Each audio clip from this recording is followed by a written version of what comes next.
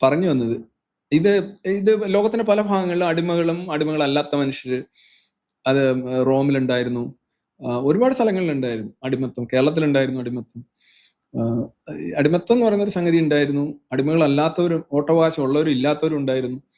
ഇതൊക്കെ പഴയ കാര്യങ്ങളാണ്. അതൊക്കെ നമുക്കറിയാവുന്ന കാര്യമാണ്, നിഷേധിക്കേണ്ട കാര്യങ്ങളുമല്ല. അത് നമ്മൾ അറിഞ്ഞു തന്നെ മുന്നോട്ട് പോകേണ്ട കാര്യങ്ങളാണ്. പക്ഷെ ഈ 21-ാം നൂറ്റാണ്ടില് മനുഷ്യരെ തട്ടുതട്ടുകളായിട്ട് വേർതിരിക്കുക.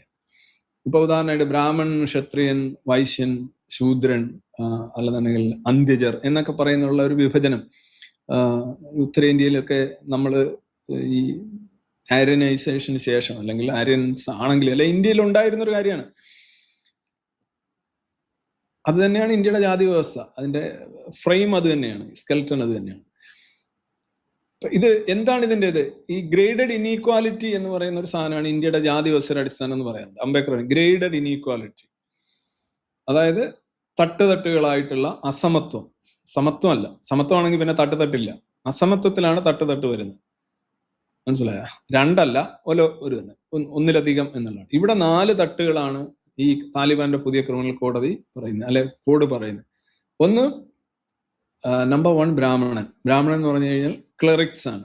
ക്ലറിക് എന്ന് പറഞ്ഞു കഴിഞ്ഞാൽ പുരോഹിത വർഗം, മൊല്ലമാര് അല്ലെ മുല്ലമാര് അല്ലെ മുള്ളമാര്, എന്തോ ഏത് അക്ഷരമാണ് എന്നുള്ളത് നിങ്ങൾ എടുത്തോളൂ.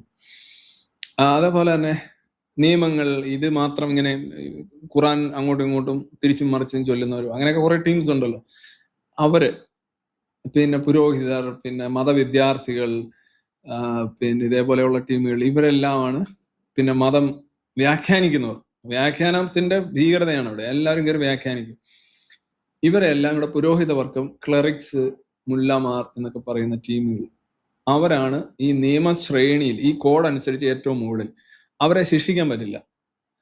അവർക്ക് ഇമ്പ്യൂണിറ്റിയാണ് ആൻഡ് ഇമ്മ്യൂണിറ്റിയാണ്, സംരക്ഷണവും ഉണ്ട്. അവർ കുറ്റങ്ങൾക്ക് അതീതമാണ്. നമ്മളിവിടെ ഈ പണ്ട് തിരുവിതാംകൂറിലിരുന്ന ശിക്ഷകളെ കുറിച്ച് കേട്ടിട്ടുണ്ട്. തൂക്ക പരീക്ഷ, ജലപരീക്ഷ, വിഷപരീക്ഷ എന്നൊക്കെ പറഞ്ഞ പല ഓരോരോ വർണ്ണക്കാർക്ക് അല്ലെ ഓരോ വിഭാഗക്കാർക്കുള്ള ശിക്ഷകളായിരുന്നു.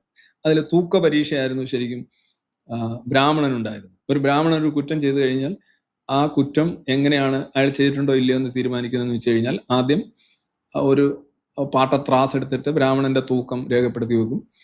എന്നിട്ട് അയാൾ ചെയ്ത കുറ്റം ഫോർ എക്സാമ്പിൾ റേപ്പ് ആണെന്നിരിക്കട്ടെ, ആ റേപ്പ് എന്ന് ബലാൽ സംഘം എന്ന് സംഘം എന്ന ഒരു എന്താ പറയാ, ഒരു തുളസി ഇലയിൽ എഴുതും, അല്ലെ ബലാത്സംഗമോ മോഷണം എന്തോ ആയിക്കോട്ടെ.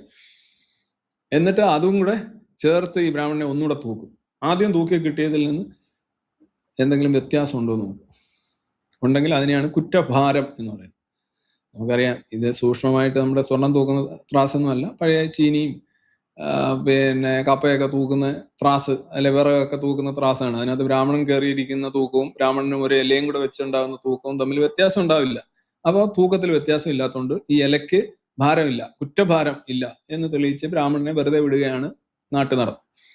ഇതേപോലെയാണ് ഈ അഫ്ഗാനിസ്ഥാനിലെ ഇപ്പൊ താലിബാൻ കൊണ്ടുവന്നിരിക്കുന്ന സംഗതി. അവിടുത്തെ ക്ലറിക്സിന് ഇമ്മ്യൂണിറ്റിയും ഇമ്പ്യൂണിറ്റിയും എല്ലാ ഇറ്റിയും കൊടുത്തിരിക്കുകയാണ്. അവരെ നിയമങ്ങൾ വ്യാഖ്യാനിക്കുകയാണ്, ഇസ്ലാമിക നിയമങ്ങൾ, അള്ളാഹുവിന്റെ നിയമങ്ങൾ വ്യാഖ്യാനിക്കുകയാണ്. അതിനകത്ത് അവര് അഥവാ പിഴവ് പറ്റിയാലും അവരെ ഉപദേശിച്ച് വിടണം എന്നുള്ളത്. പിന്നെ രണ്ടാമതുള്ളത് എലീറ്റ്സ് ആണ്. എലീറ്റ്സ് എന്ന് പറഞ്ഞു കഴിഞ്ഞാൽ ട്രൈബൽ ലീഡേഴ്സ്, ഭൂപ്രഭുക്കള്, അങ്ങനെയൊക്കെയുള്ള വലിയ വലിയ സ്വന്തമായ ആർമിയൊക്കെ ഉള്ളവരുണ്ട്, സമ്പത്തുള്ളവരുണ്ട്. ഇവരെയൊക്കെ മതം സംരക്ഷിക്കും. അവർക്ക് കുറെ കൂടെ അയഞ്ഞ നിയമവ്യവസ്ഥയാണ്. അവരെ സമൺ ചെയ്ത് വരുത്തി ചോദിച്ചു വിടും, അത്ര വലിയ ശിക്ഷയൊന്നുമില്ല. എന്നാൽ മിഡിൽ ക്ലാസ് എന്ന് പറയുന്ന 3-ാം വിഭാഗം, അവർക്കാണെങ്കിൽ എല്ലാത്തരം ശിക്ഷകൾ, ഇംപ്രിസൺമെന്റ്, മറ്റേത് ജയിലിൽ കിടക്കണം, ഭയങ്കര പ്രശ്നങ്ങളൊക്കെയാണ്. പിന്നെ 4-ാമത്തെ, അവരെ സംബന്ധിച്ച് ഹെററ്റിക്സ്, അതായത് അന്യമതക്കാർ ഉൾപ്പെടെ എല്ലാ ആളുകളും അതിനകത്ത് വരും. അവർക്ക് പൂരമായിരിക്കും, നമുക്ക് ഊഹിക്കാമല്ലോ. നമ്മൾ ഇവിടെ കണ്ടിട്ടുള്ള വർണ്ണവ്യവസ്ഥയുടെ ഒക്കെ കുറെ കൂടെ മോഡേൺ വേർഷൻ ആണ് ഇവിടെ. തട്ടുതട്ടായിട്ടുള്ള ഗ്രേഡഡ് ഇൻഈക്വാലിറ്റിയും ആൻഡ് ഇമ്പ്യൂണിറ്റി ഫോർ ക്ലറിജി. ക്ലറിജി എന്ന് പറഞ്ഞു കഴിഞ്ഞാൽ ആ സമൂഹത്തിലെ ഏറ്റവും വിവരം കെട്ടവന്മാർ, യാതൊരു ഇത്രയും പിന്തിരിപ്പൻ ലോകവീക്ഷണമുള്ളവർ. നമ്മുടെ സമൂഹത്തിലെ ഏറ്റവും പിന്നാക്കം പിന്തിരിപ്പനായിട്ടുള്ള മനുഷ്യർ ഇപ്പൊ കേരളത്തിലെടുത്ത് നോക്കൂ, അതെല്ലാം ഈ പുരോഹിതരാണ് ബേസിക്കലി. ഒന്നാമത് അവരിനി എത്ര വിദ്യാഭ്യാസം ഉണ്ടെന്ന് പറഞ്ഞാലും അവരുടെ മനസ്സെന്ന് പറഞ്ഞാൽ വളരെ പ്രാകൃതവും പ്രാചീനവും മനുഷ്യത്വ വിരുദ്ധവുമാണ്. അവര് എന്ത് സംസാരിച്ചാലും അവരൊരു എന്താ പറയുന്നത്, ദേ ആർ സോ റീടാർഡഡ്. അവരുടെ ആശയങ്ങളും എല്ലാം സിമ്പിൾ ആണ് ടു അണ്ടർസ്റ്റാൻഡ്. അവർ ബുദ്ധിയുള്ളവരായിരിക്കാം, വിവരമൊക്കെ ഉള്ളവരൊക്കെ ഉണ്ടാവും അതിനകത്ത് കാര്യമൊന്നുമില്ല. ചില ആളുകളൊക്കെ കോളേജ് പ്രിൻസിപ്പൾ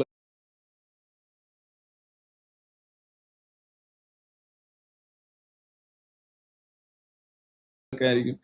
സ്റ്റിൽ അവർ ബുദ്ധിയുള്ളവരായിരിക്കാം, വിവരമൊക്കെ ഉള്ളവരൊക്കെ ഉണ്ടാവും അതിനകത്ത് കാര്യമൊന്നുമില്ല.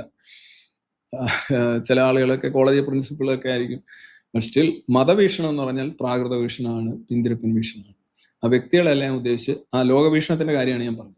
എത്ര വലിയ സരസനായിട്ടുള്ള പുരോഹിതനായാലും പുള്ളി ചെയ്യുന്നത് ചൂഷണവും പുള്ളിയുടെ ലെവലും അത് തന്നെയാണ്. ഒരു പുരോഹിതൻ എന്ന് പറഞ്ഞാൽ സമൂഹത്തിലെ ഇരുട്ടാണ്. ഏത് സമൂഹം എടുത്താലും അതിൽ എത്ര ഉന്നതനായിട്ടുള്ള എന്താ പറയാ ഗവേഷണ ബിരുദമുള്ള പുരോഹിതനാണെങ്കിലും I think he represents darkness and retardation, regressiveness. അതിനകത്ത് യാതൊരു സംശയമില്ല. അപ്പൊ ഇവിടെ നോക്കുമ്പോൾ അങ്ങനെയുള്ളവർക്കാണ് ഇവിടെ ഏറ്റവും കൂടുതൽ ഇത് കൊടുത്തിരിക്കുന്നത്. ഇതാണ് ദ ക്ലറിക്സ് ഉലമ ആണ് പേര്. Generally receives only advice or warning for offences. The elite, അഷ്റഫ് എന്നാണ് പറയുന്നത്, elite may be summoned and reprimanded. വിളിച്ചു വരുത്തും, വിസ്തരിക്കും, പൊയ്ക്കോ എന്ന് പറഞ്ഞു വിടും. അതാണ് എലീറ്റ്, ട്രൈബൽ ലീഡേഴ്സ്. പിന്നെ മിഡിൽ ക്ലാസ് ഉണ്ട്, സബ്ജക്ട് ടു ഇംപ്രിസൺമെന്റ്. അവർക്ക് ശിക്ഷയൊക്കെ ഉണ്ട്, ജയിലിലൊക്കെ കിടക്കേണ്ടി വരും. എല്ലാം ഇതുകൊണ്ടാണ് മിഡിൽ ക്ലാസ്. ഇവിടെ ആയിരിക്കും ഈ മിഡിൽ ക്ലാസ് ആയിരിക്കും മഹാഭൂരിപക്ഷം മനുഷ്യർ. ഇത് ക്ലറിക്സ് ഒക്കെ കുറച്ചേ ഉണ്ടാവുള്ളൂ, എലീറ്റും കുറച്ചേ ഉണ്ടാവുള്ളൂ. ഇതൊരു 10-20% കാണും, ഇത് ഒരു 10% കാണും, ഇതൊരു 50%, 40-50% കാണും. പിന്നെ ഇത് lower class heretics, subject both imprisonment. അത് കുറവായിരിക്കും എന്ന് എനിക്ക് തോന്നുന്നു. കാരണം അവിടെ ഒന്നും അവർക്ക് ജീവിക്കാൻ പറ്റാത്തതുകൊണ്ട്.